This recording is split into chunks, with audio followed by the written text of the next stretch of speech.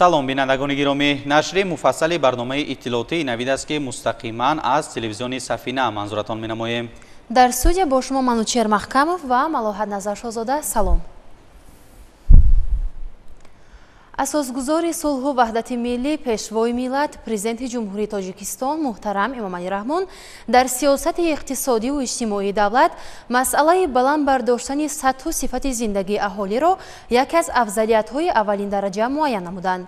дар ин робита моҳи декабри соли 2023 пешвои миллат, президенти ҷумҳурии Тоҷикистон муҳтарам Эмомалӣ Раҳмон дар паёми навбатии худ ба Маҷлиси олии ҷумҳурии Тоҷикистон супориш доданд ки аз 1 январи соли 2024 маоши вазифавии хизматчиёни ҳарбӣ, кормандони мақомоти ҳифзи ҳуқуқ ва дигар кормандони онҳо, инчунин аз 1 июли соли 2024 маоши вазифавии кормандони мақомоти ҳокимият ва идоракунии давлатӣ, муассисаҳои соҳаи маориф, илм, фарҳанг, варзиш, тандурустӣ, ҳифзи иҷтимоӣ ва ташкилотҳои дигари буҷетӣ, нафақа ва стипендия зиёд карда шавад.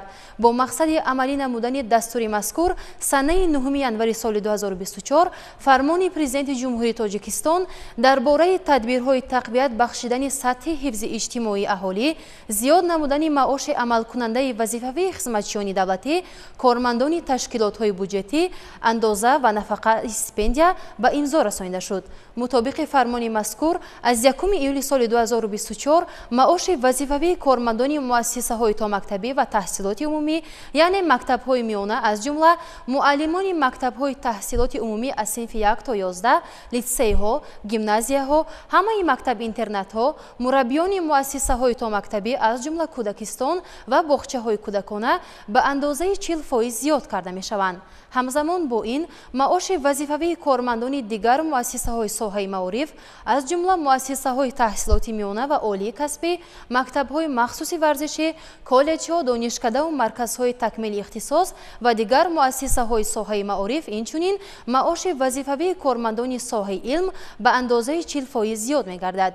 музди меҳнати кормандони соҳаи тандурустӣ, аз ҷумла муассисаҳои кӯмаки аввалияи тиббию санитарӣ, беморхонаҳо, марказҳои саломатӣ ва дигар муассисаҳои соҳаи тандурустӣ 40% зиёд гардида, пардохти он аз рӯи дастурамал оид ба тартиби таъин ва пардохти музди меҳнати кормандони ташкилоти муассисаҳои тандурустии ҷумҳурии Тоҷикистон амалӣ мегардад. дар баробари ин музди маоши кормандони соҳаи таъминоти иҷтимоӣ, аз ҷумла хона-интернатҳо барои маъюбону пиронсолон, осоишгоҳҳо, литсей интернати касбии махсуси маъюбон, шӯъбаҳои кӯмаки иҷтимоӣ дар хона ва дигар муассисаҳои соҳа ба андозаи 40% зиёд карда мешавад. дар асоси фармони мазкур инчунин маоши вазифавии кормандони соҳаи фарҳанг, аз ҷумла китобхонаҳо, осорхонаҳо, клубҳо, театрҳо, матбуоти даврӣ ва нашрияҳо низ 40% зиёд карда мешаванд. бо мақсади ҷалб намудани мутахассисони болаёқат ба хизмати давлатӣ, андозаи маоши заминавӣ барои мансабҳои маъмурии хизмати давлатии мақомоти идораи давлатӣ, мақомоти иҷроияи маҳаллии ҳокимияти давлатӣ, мақомоти худидоракунии шаҳраку деҳот 40% зиёд мегардад. мутобиқи фармони президенти ҷумҳурии Тоҷикистон аз 9 январи соли 2024 таҳти рақами 671 дар бораи тадбирҳои тақвият бахшидани сатҳи ҳифзи иҷтимоии аҳолӣ, зиёд намудани маоши амалкунандаи вазифавии хизматчиёни давлатӣ, кормандони ташкилотҳои буҷетӣ, андозаи нафақа ва стипендия, аз 1 июли соли 2024 ҳадди аққали музди меҳнат дар тамоми соҳаҳои иқтисодиёти мамлакат ба андозаи 800 сомонӣ дар як моҳ муқаррар карда шудааст. ҳамчунин стипендияҳои амалкунанда, аз ҷумла стипендияҳои президенти ҷумҳурии Тоҷикистон барои хонандагону донишҷӯёни муассисаҳои таҳсилоти умумии ибтидоӣ ва миёнаи касбӣ, барои донишҷӯёни муассисаҳои таҳсилоти олии касбӣ, барои аспирантони муассисаҳои таҳсилоти олии касбию илмӣ, стипендияи давлатӣ барои донишҷӯёни муассисаҳои таҳсилоти олии касбӣ низ 40% боло бурда мешавад. мутобиқи фармони мазкур аз 1 июли соли 2024 нафақаҳои суғуртавӣ, меҳнатӣ ва иҷтимоӣ, инчунин иловапулӣ ба онҳо дар ҳаҷми 30% аз андозаи муқарраршудаашон индикатсия ва ё зиёд карда мешавад. таъмини маблағгузории зиёдшавии музди меҳнати кормандони соҳаҳои буҷетӣ, нафақа ва стипендия пурра аз ҳисоби маблағҳои буҷети давлатӣ амалӣ гардида, барои ин мақсад беш аз 2 миллиард сомонии маблағҳои иловагӣ равона карда мешавад.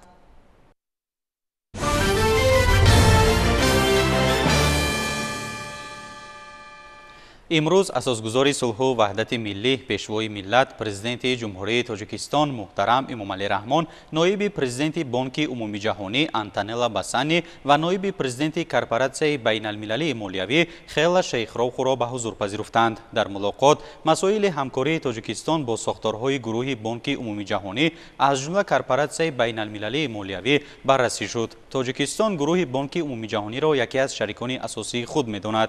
ابراز داشتند سرور دولت محترم امامعلی رحمان در آغاز صحبت تاکید گردید که در دوام 30 سال همکاری پرثمر پورتفولیوی مبلغ‌گذاری بانک از اساسیاسیای بین المللی رشد و کارپوراسیای بین المللی مالیوی در مجموع بیش از 190 لایحه را با مبلغ عمومی زیاده از 3.2 میلیارد دلار در بر میگیرد. جانب‌ها ضمن ملاقات تاثیر منفی عامل‌های بیرونه به اقتصاد تاجیکستان و خوف‌های افزایش یابنده به رابطه‌های تجارتی در بازارهای جهانی را محاکمه نمودند. در این ضمن تا باور نمودن اقتصادیات به تهدید و خطرهای امروزه پیش از همه با راه جلب بیشتری سرمایه و ادامه روند اصلاحات تقاضای زمان نامیده شد. در هفته صحبت همچنین مسائل رشد همکاری در ساحه‌های اجتماعی، انرژتیکی، صنعت، کشاورزی، انفراساختاری و کمیونیکاسیونی، تأسیس جایهای کاری نو و کاهش دادن شماره مهاجران مهنتی بررسی گردید. پیشبرد اقتصادی سبز، استحصال نیروی سبز، رقمی کنونی و جاری نمودن تکنولوژی‌های سبز از موضوعهای دیگر و مهم واخوری بود. در ادامه صحبت پرزیدنت کشور با استفاده از حضور خانم شیخروخو علاقمندی تاجیکستان را با استفاده فعال امکانیت‌های همکاری با کارپوراسیای بین المللی مالیوی ابراز نمودند. گسترش مناسبت‌ها با کارپوراسیای بین المللی مالیوی جهت انکشاف بازارهای مالیوی، زیرساختار انرژتیکی و بخش‌های واقعی اقتصادیات، ساحه‌های سیاحی و خدمت‌رسانی ضرور شمرده شد. در ملاقات همچنین اوید به دیگر مسائل مورد توجه تبادل اندیشه صورت گرفت. پس از انجام ملاقات با پرزیدنت جمهوری تاجیکستان محترم امامعلی رحمان، نایب پرزیدنت بانک عمومی جهانی آنتونلا باسانی و نایب پرزیدنت کارپوراسیای بین المللی مالیوی خیلا شیخروخو در حضور خبرنگاران به طریق زیر ابراز اندیشه کردند. روز بخیر. من خیلی ممنونم که بار دیگر به جمهوری تاجیکستان میآیم. من از زیبایی جمهوری تاجیکستان، از فرهنگ آن و مهماندوستی خلق آن خیلی خرسندم. یک بخوری خیلی پرمحصول داشتیم با جناب عالی پرزیدنت جمهوری تاجیکستان محترم امامعلی رحمان که در دایره این بخوری ما مسائل و وضع همکاری های مبرم بین بانک عمومی جهانی و جمهوری تاجیکستان را بررسی کردیم. ما زیاده از 25 لایحه را تطبیق کرده ایستادیم که مبلغ عمومی آنها زیاده از 1.7 میلیارد دلار ایالات متحده آمریکا می باشد که با مبلغ گذاری از اساسیاسیای بین المللی رشد جدا کرده شده است و در دایره این لایحه ها تصمیم کوشش های سعی و کوشش های جمهوری تاجیکستان را در رشد و اصلاحات یک چند ساحه ها از آن جمله معارف، تندرستی، اداره کنی ذخیره طبیعی و غیره را دستگیری کرده ایستاده‌ایم. در دایره واخوری باز هم ما یک قدم‌های آینده رو بررسی کرده محاکمه کرده برآمدیم که ما همکاری‌های خود رو می‌توانیم باز هم وسیع‌تر گردانیم و در دایره واخوری ما نیز حکومت جمهوری تاجیکستان جناب عالی رو اوید دستاوردها در سمت اصلاحات‌هایی که در یک چند ساحه‌ها با عملی کرده شده ایستادند از آنها خواهش کردیم که چنین سرعت نیز نگاه داشته شود. همچنین در دایره این واخوری ما تصمیم خود رو بار دیگر تاکید کردیم که دستگیری حکومت جمهوری تاجیکستان رو ادامه می‌دهیم در سمت بهتر کردن نیک احوالی جمهوری تاجیکستان و دستگیری نسل جوانی آن. من خیلی خوشنودم که در جمهوری تاجیکستان حاضر آمدم. خیلی که خانم آنتونلا قید کرده گذاشتند، من هم خیلی خوشنودم که چنین واخوری پرمحصول رو با محترم جناب عالی پرزیدنت جمهوری تاجیکستان امامعلی رحمان گذرانیده و بار دیگر جناب عالی قید کرده گذاشتند که قدم‌های آینده جمهوری تاجیکستان این تشکیل کردن امکانیت‌ها برای نسل جوان میباشد، امکانیت‌های صاحبکاری، فعالیت اقتصادی که با آنها میتواند که واسطه‌های زندگی را در محل تامین کرده و رشد کشور خود سهم‌گذاری نماید. خود من و همکاران من نیز تصمیم گرفتیم که این کارشین و دانش و معلومات گلوبالی رو بیاریم در سمت بهتر کردن یا رشد بخش خصوصی و عملی گرداندن و استحصال ارزشناکی در محل باشد. و ما تصمیم گرفتیم که فعالیت خود را در سمت پست کردن مانع‌های صاحبکاری در کشور ادامه میدیم، مخصوصا دستگیری صاحبکاری بین زنان، دختران و جوانان که آنها توانند بر رشد اقتصادی کشور نیز سهم نظررس و سزاوار خود را گذارند. بار دیگر تشکر و من و خانم آنتونلا تصمیم گرفتیم که دستگیری و بهبودی و رشد اقتصادی جمهوری و رشد اهالی جمهوری تاجیکستان رو نیز دستگیری می‌نماییم. تشکر.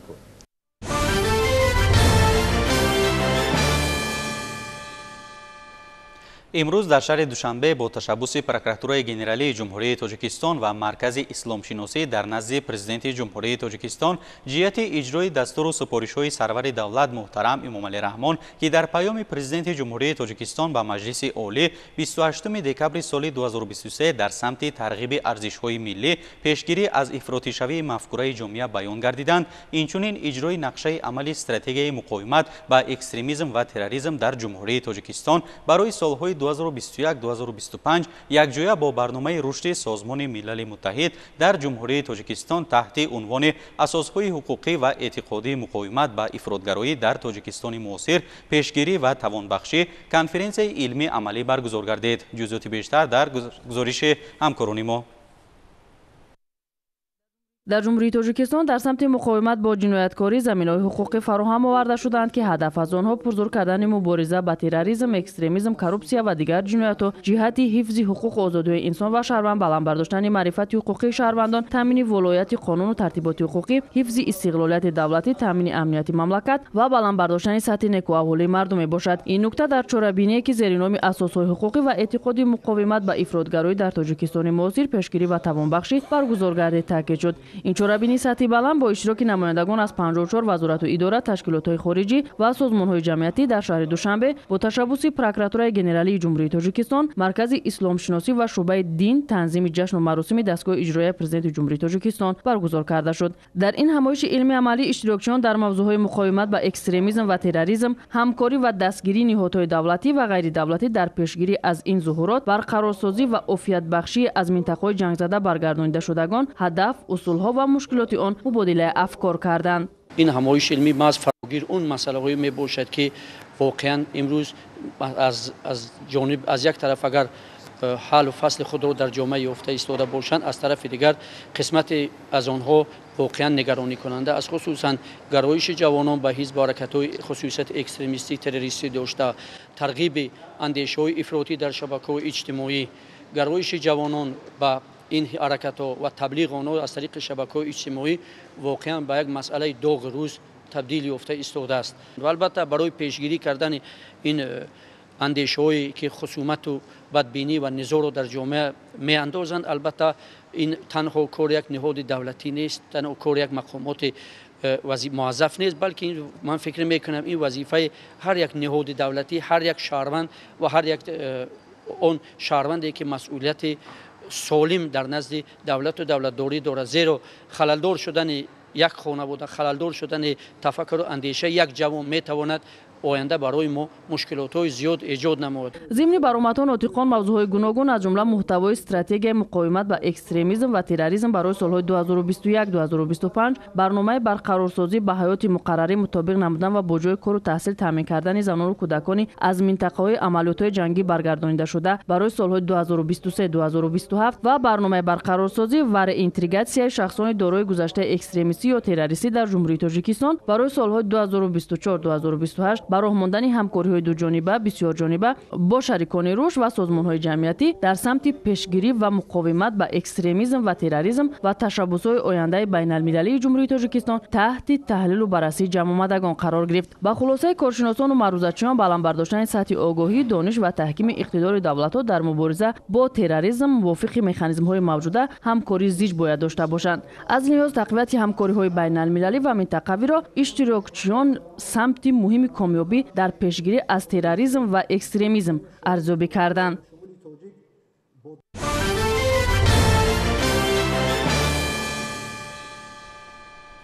امروز دور اساسی امتحان‌های مرکزانیده داخلشوی به مؤسسه‌های تعلیمی تحصیلاتی میانه و عالی کسبی قسم‌های ا، امتحان در زمینه تحصیلات عمومی و ب، امتحان در زمینه تحصیلات عمومی اساسی برای داوطلبان در مرحله اساسی به قدگیری نامنویس شده آغاز گردید.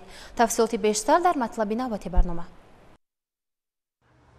برای برگزاری دوره اساسی امتحان‌های مرکزانیده داخلشوی به مؤسسه‌های تعلیمی تحصیلاتی میانه و عالی کسبی قسم‌های ا و ب در زمینه 45 مؤسسه تعلیمی تحصیلاتی میانه عمومی 20 شهر و ناحیه جمهوری مرکزهای امتحانی تشکیل کرده شدند که در آنها بیش از 1150 صنفخانه برای برگزاری امتحان‌ها آماده کرده شدند. طبق جدول تصدیق گردیده روز 1 ایول داوطلبان دارای تحصیلات میانه عمومی ابتدایی کسبی و میانه کسبی گروه اختصاصی یکم طبیعی و تکنیکی را انتخاب کرده قسم ا را می سپارند که آن در 44 مرکز امتحانی برگزار شد. قسم ا از 4 سوب تست عبارت بوده برای گروه اختصاصهای ذکر شده فنهای زبان تاجیکی، متماتیک، شیمیا و فیزیک را در بر میگیرد. از 11099 داوطلب دارای تحصیلات میانه عمومی ابتدایی و میانه کسبی گروه اختصاصهای یکم قسم ا را 10452 نفرشان به زبان تاجیکی و 647 نفرشان به زبان روسی امتحان سپاریدند. برای اجرای سوال و مسئله های قسم ا 220 دقیقه مقرر شد است.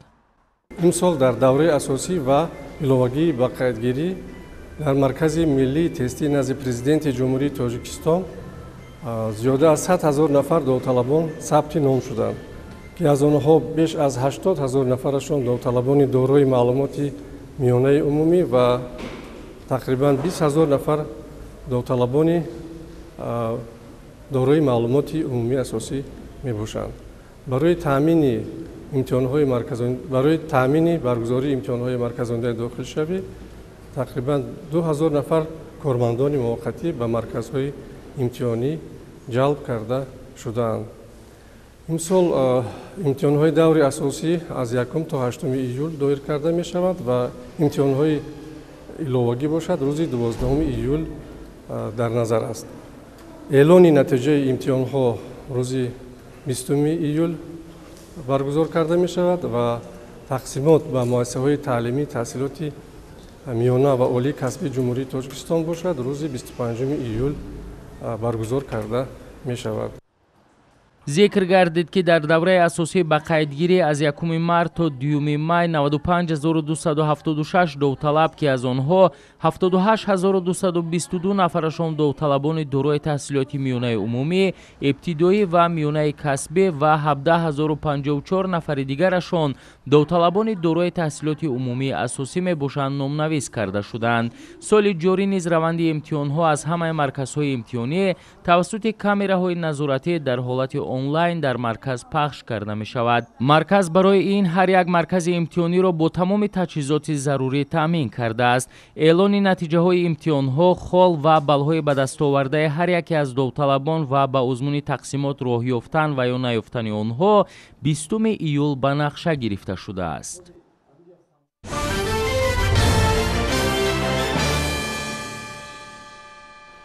امروزها سهامداران خوجگی‌های دهقانی و انفرادی اویلوی و کارگران و اجاره‌کاران کارپوراتیوهای استحصالی و تجارتی با مقصد هرچه تیزتر انجام دادن معرکه درو غلطانگی و دیگر زراعت تدبیرهای مؤثر را عملی می‌سازند. این جریان در ناحیه باباجان غفورов هم مورد توجه مسئولان قرار داشته جامعه‌های مهنتی تلاش دارند که در زمین‌های خالی شده کشتی تکراری گذرانند. شرح بیشتر در گزارش همکاران ما.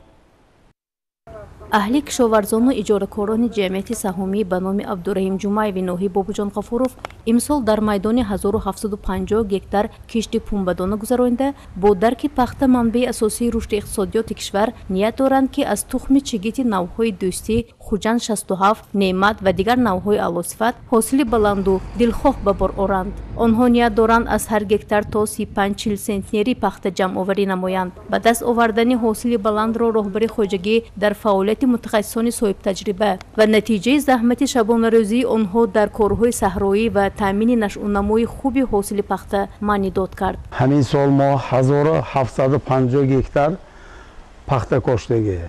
حاضر من دیدوستان همه آدم‌ها حاضر یک روز به 700-800 تا 1000 نفر آدم کلام کرده است. ягона тамом шудааст.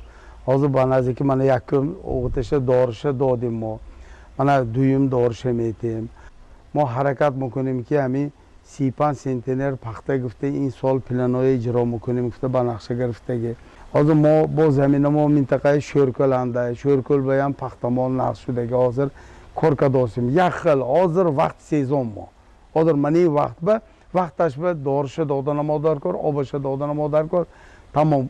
баъд аз якум калам ягоное тамом кунем, дуюмаш ба азоб намекишад. ҳамчунин соли ҷорӣ хоҷагидорон дар майдони умумии 488 гектар гандум киш намуданд ки аз он 274 гектар дар замини обӣ ва боқимонда дар замини лалмӣ киш шудааст. имрӯз ҷамъоварии гандум аз заминҳои обӣ ҷараён дошта, ҳосилнокиашро масъулин аз ҳар гектар 45-46 сентнери шаҳр доданд. бо ҳосилнокии баланд то ба имрӯз 650 тонна гандум ҷамъоварӣ гашта, имрӯз ҷиҳати тайёр намудани тухми гандум барои соли оянда корҳо бо маром идома дорад. чун солҳои қаблӣ дар ҷамъияти саҳомии шакли кушодаи ба номи Абдураҳим Ҷумаев тухми гандуми навъҳои Алексеевич ва элитаи Федератсияи Русия кишт карда шуда, аҳли заҳмат бо риояи меъёрҳои аграрӣ ва саривақт анҷом додани обёрикунӣ ба гирифтани ҳосили баланд ноил гардиданд. гандум ундори вақташам омад. мана гандумаш камбай даромдаги 45-50 сентнери гандум гифтосем.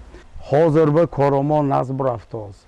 ман як гапа гуфтанам дар кор ки ҳамин калхозанда мананда мутахассисон аст. мутахассисо ҳаққони 40 сол 50 сол кор кардаги ино мутахассисо ҳар як замин ба даромда кай ба дориша метад, обаша кай ба метад, ино ҳаққони усто шуда бурафтаги. ман ҳаминои маслиҳатша гифта мо кор мекунем. инчунин дар ҷамъияти саҳомии шакли кушодаи ба номи Абдураҳим Ҷумаев дар майдони 410 гектар боғот мавҷуд аст ки зимни наворгирии иҷоракоронро саргарми ҷамъоварии меваи зардолу мушоҳида кардем. аҳли заҳмат баҳри ҳарчи зудтар хунучин намудани ҳосили пухта расида пайваста кӯшиш ба харҷ медиҳанд. ин имкон медиҳад ки бозори истеъмолӣ дар баробари сабзавоти барвақтӣ ҳамчунин бо меваҷот низ саривақт таъмин гардад.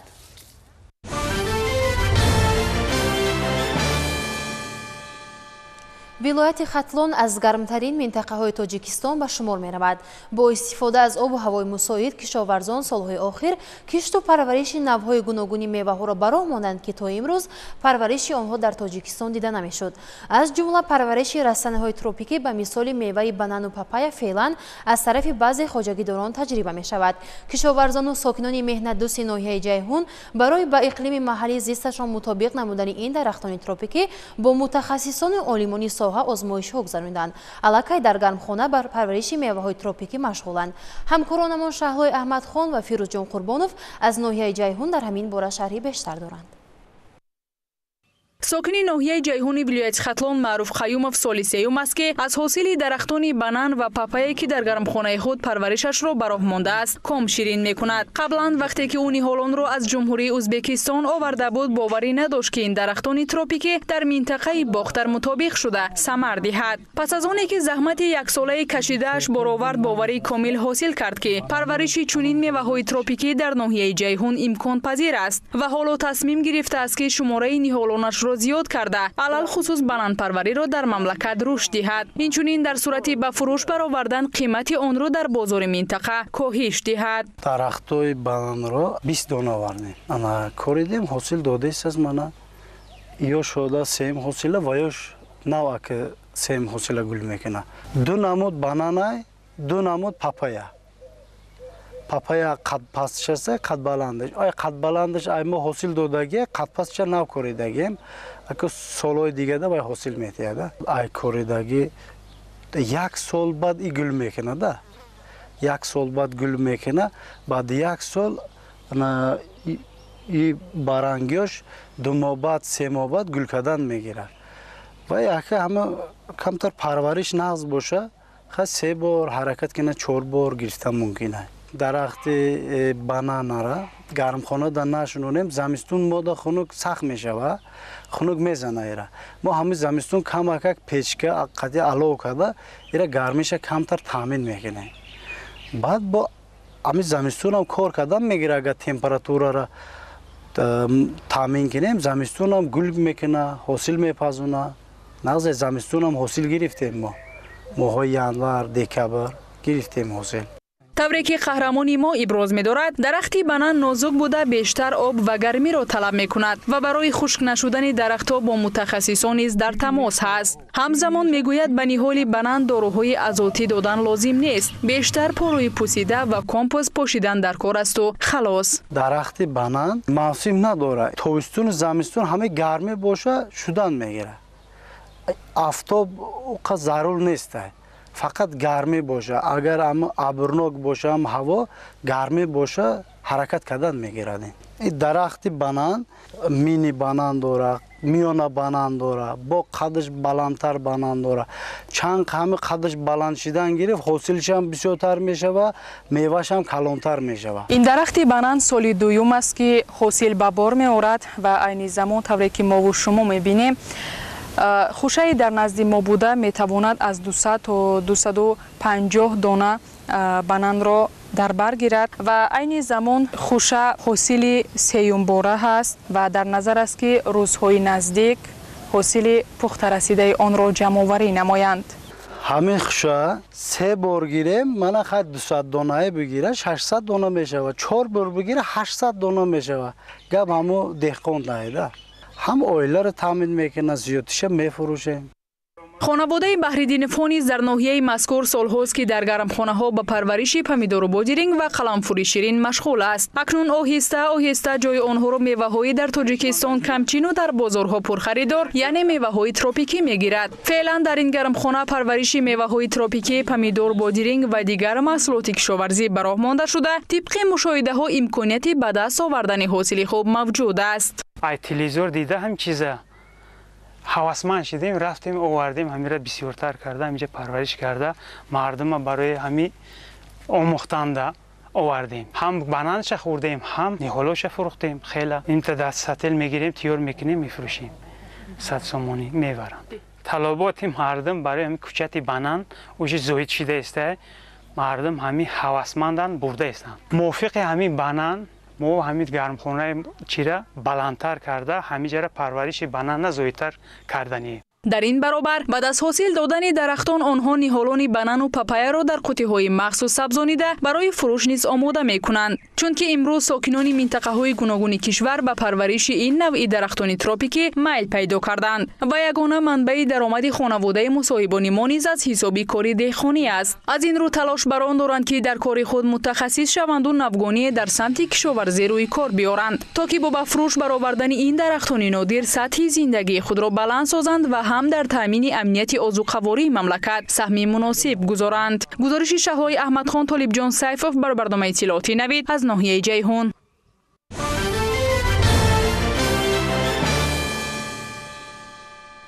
در قطار دیگر شهر و نویه‌های مملکت در ناحیه واسع نیز مدنیت استفاده‌بری زمین از جانب ساکنان بلند گردیده، استفاده عاقلانه آن به بالوروی سطح زندگی اهالی مساعدت نموده است. خواجه نظریف مقصدناک استفاده گردیدن هر پارچه زمین نزد حوالگی در این ناحیه را در گزارش خود پیگیری کرده است. میرعلی طالبوف در دهه به نام صدلوی شریف دهات گلستان ناحیه واسع او را استفاده ثمره‌بخش قطعه زمین نزد حوالگی در مقیاس دهات ناحیه و بین همسایه‌ها صاحب احترام گردانیده است. مساحت این زمین آنقدر کلان نباشد هم، لیکن امک میرعلی آن را ثمره‌ناک استفاده نموده حاصل خوب به دست آورده است. مهنت طلب میکنیم، مهنت میکنیم، میجنبیم. ما ای حوالی نزدیکی نزد خانه یگان ضرر نمیبینیم. حاصل نقض میته میگوبیم بسیار میکنیم، دو حاصل میگیریم. من از خیلی شما دیده ایستادید حاصل یکم لوبی 40 روزه سرخه که میگیم چینده گرفتیم. امروز سبزی کوریدیم. سبزی هم روز بین با ماهای نوامبر استفاده میشود. اینجا سبزیجات و درختان گوناگون میوه دهنده پرورش یافتند. زردآلو یک چند نمود است. طعم شیرین دارند. من نیهولو را از خودی ناحیه وحش از همون متخصص آورده شنوندم. با مسئله متخصص آورده شنوندگیم همه این پیوند کردگی مسئله اون کسقتی چی دارو دادن نکار، چی زهر دادن نکار، چی خیلی آذوقه دادن نکار با مسئله او آورده کردگی. این محصولات و شربت و شیرینی ها حاصل زمینی نزد حولیگی می باشند. طوری امک میرالی میگوید همه ساله با مقدار معین شربت و شیرینی ها تیار نموده ذخیره می نمایند. منفعتش در این است که ما همه چیز از بازار نمیخریم، از خودمون نبراید. برای نون دسترخوان هست همین. امک میرالی در برابر استفاده ثمرناک زمینی نزد حولیگی و محیط طبیعت میدان منزل استقامتیش توجه ظاهر نموده با پرورش این گونه گل‌های زیبا آن را به گلستان مبادل گردانیده است. از دوره استقلال تا این روزا تا این سال‌ها چیز نبود. انا حاضر بسیار ناست که با شرافت جناب عالی پیشوای ملت محترم امام علی رحمان امروز شکر خدا که آب وافر تامینات آب ناست. آب هست که حاصل می شود، درخت می شود، میوه می شود، گل و گلکاری می شود در نزد حوالیگی. میرالی طالبوف الهام این همه آبادانی ها را از برکت نعمت های دوران صاحب استقلالی تاجیکستان محبوب دیده. با چنین دستاویزها در سمت کارهای آبادانی محل و استقبال جشن سالگرد استقلال دولتی جمهوری عزیزمان آمادگی دیده است. گزارش خواجه نظریف خدای نظر ظهوروف از ناحیه واسه برای برنامه اطلاعاتی نوید.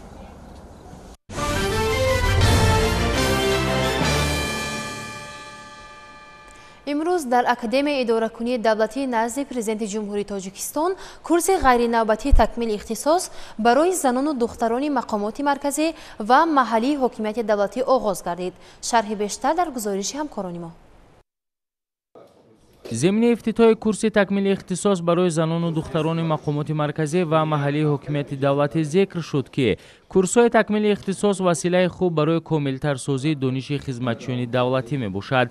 خدمتچیان دولتی در کورس‌های مذکور دانش‌های خود را وسیع‌تر کرده در روند کار و فعالیت خود آموخته‌های خویش را به راه می‌مانند که در نتیجه به بهتر شدن سطح و صفت کاری آنها باعث می‌گردند. طور اطلاع داده شد در جریان کورس تکمیل اختصاص شنوندگان عاید به زمینه‌های حقوقی خدمت دولتی در جمهوری تاجیکستان، مقررات کدکس آداب خدمت دولتی، قاعده‌های تهیه دستورالعمل منصبی، دستورالعمل نمونوی کارگزاری در مقامات دولتی، ترتیب کار با حجت‌های وارد شونده و صادر شونده و امثال این اطلاع خواهند گرفت. در دایره دستور هدایت‌های اساسگذاری صلح و وحدت ملی پیشوای معظم ملت که در تمام سخنرانی‌هایشان مقام و منزلت بانوان را در جای خاصه گذاشتند، طبق نقشه چاره‌بینی‌های کمیته کار با زنان و اولیای نزد حکومت جمهوری تاجیکستان در اساس تطبیق عملی شوی برنامه دولتی تربیت، انتخاب و جابجاگذاری کادرهای راهبری کننده از حساب زنان و دختران بالیاقت، کمیته تصمیم گرفته است که در زمینه اکادمی اداره‌کنی دولتی نزد پرزیدنت جمهوری تاجیکستان کورس تکمیل اختصاص را در دایره 46 ساعت برای زنان و بانوان هم مقامات‌های مرکزی و هم مقامات‌های محلی برگزار نماید.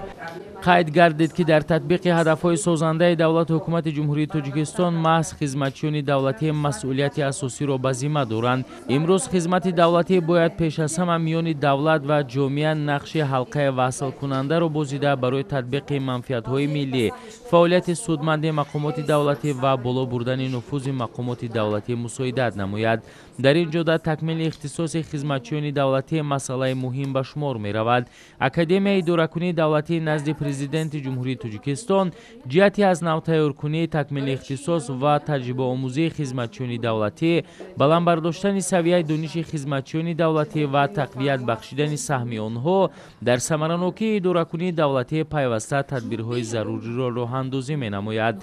مورد به ذکر است که تاجیکستان کورس غیر نوبتی تکمیل اختصاص برای زنان و دختران مقامات مرکزی و محلی حاکمیت دولتی تا 6 ایول ادامه می‌کند.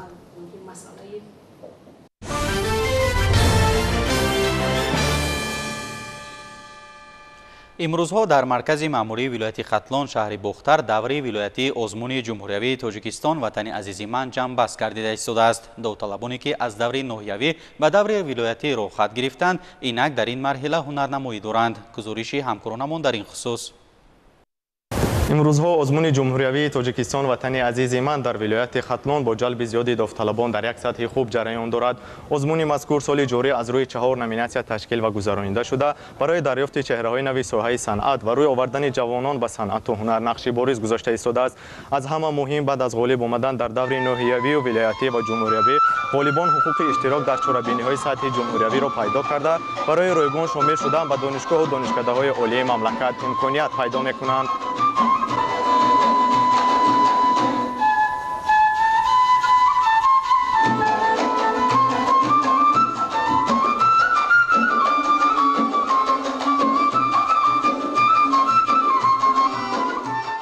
داوطلبان امروزه از ناحیه‌های کوشانیان، واسع، همدانی، جلال‌الدین بلخی و شهر لوکند بود که با برآمد ایشان دور ولایتی آزمون جمهوریوی تاجیکستان وطن عزیز من در یک سطح خوب با دستاویز آهنگ و ترانه‌های دلنشین، تصویر و آویزه‌ها از طبیعت نوتکرار کشور جنبش گردید. خوشبختانه در این چند سالی که به صفت داور و یا رئیس حکمان من در این آزمون اشتراک میکنم و میبینم که تفاوت سال به سال دیگرگونه است و چهره‌های نو، بازیافت‌های نو، صداهای نادر و بی‌نظیر روی صحنه می‌آیند و ما و شما طریق تلویزیون می‌بینیم که در حقیقت این کشور بهشت‌آسا مادر تاجیک فرزندانی روی صحنه می‌آورد، روی هنر می‌آورد که نامبردار و علمبردار این ملت هستند. باید قید کنم که چی در قسمت مطربان و رامشگران و چی در قسمت سرایندگان و موسیقی های معاصر اکادمی، چی آوازخوانی اکادمی، چی نوازنده اکادمی و چی استرادی پیشروی ها را میبینم و فکر میکنم که ما توانسته باشیم که این استعدادهای نادر و بی‌نظیر را راهبردی کنیم. کامیلا فقیرова از آوان کودکی به صنعت سرایندگی شوق به اندازه داشت و امروز امکان پیدا کرد که محض توسط این آزمون روی صحنه بزرگ استعداد سرایندگی خویش را سنجد. با همراهی استادان صنعت روی سرود انتخاب نموده‌اش آمادگی گرفته، با یک دلپوری از شفافیت آزمون نزد اعضای حکمان برآمد کرده، با صدای دلنشین و فورم دقت حاضرین را در تالار جلب نمود. چنانه که قهرمان ما ابراز می‌دارد، سرایندگی و نوازندگی با او روحیه تازه می‌بخشد و کوشش می‌کند که بیشتر وقت خالیگیش را با سراییدن و ساز آهنگ‌های فورم و جذاب سپری نماید. هی آن کس که نهال سبز باغ وطن است، هی آسایش دیده و دماغ وطن است. من امسال در آزمون تاجیکستان وطن عزیز من اشتراک نمودم و در دور ناحیوی سزاوار جای اول گشتم و امیدوارم که از دور ولایتی به دور جمهوریوی را خط می‌یابم و می‌خواهم سزاوار جای نمایان شوم. آزمون جمهوریوی تاجیکستان وطن عزیز من طول 5 سال است که در کشور برگزار می‌گردد و داوطلبان وابسته به سن و سال میان هم رقابت نموده هنر و مهارت والای خویش را نشان می‌دهند که راه‌اندازی نمودن آزمون مذکور این تبلیغ و احیای هنرهای مردمی، ارزگذاری به فرهنگ و هنر ملی و سنت‌های اجدادی، آفریدن اثرهای نوی موسیقی و ترقیات فرهنگ امروزه تاجیک بوده در رشد این ساحه زمینه واقعی می‌گذارد. داوطلبان در اثرهایشان تمام طبیعت زیبا منظری تاجیکستان را، ناتورمورت که با نقش و نگاری ملی آرا داده شده است، به غیر از این با سر و لباس‌های ملی که در نامیناسی دیزاین نوت اشتراک میکنند زیبایی فرهنگی ملی ما را معرفی کردن میخواهند. این البته به چشم نظررسا است و من هم باوری کامل دارم که در سطح جمهوریوی بعضی از آنها جای سزاوارشون رو اشغال کرده میتوانند. با اطلاع مسئولین داوطلبان دور ولایتی از 25 شهر و نواحی ولایت ختلان که تعداد آن 896 نفر را در بر میگرفت، با اشتراک در نامیناسی‌ها از روی ژانرهای گوناگون 128 نفرش به دور جمهوریوی را خط گرفتند و امید است که نفرانی را خط یافته از امکانیت‌های در دست داشته خود خوب استفاده نمایند و در دوره‌های نهایی با آمادگی جدی اشتراک کرده و گرفتن جای‌های افتخاری ظفریاب شوند.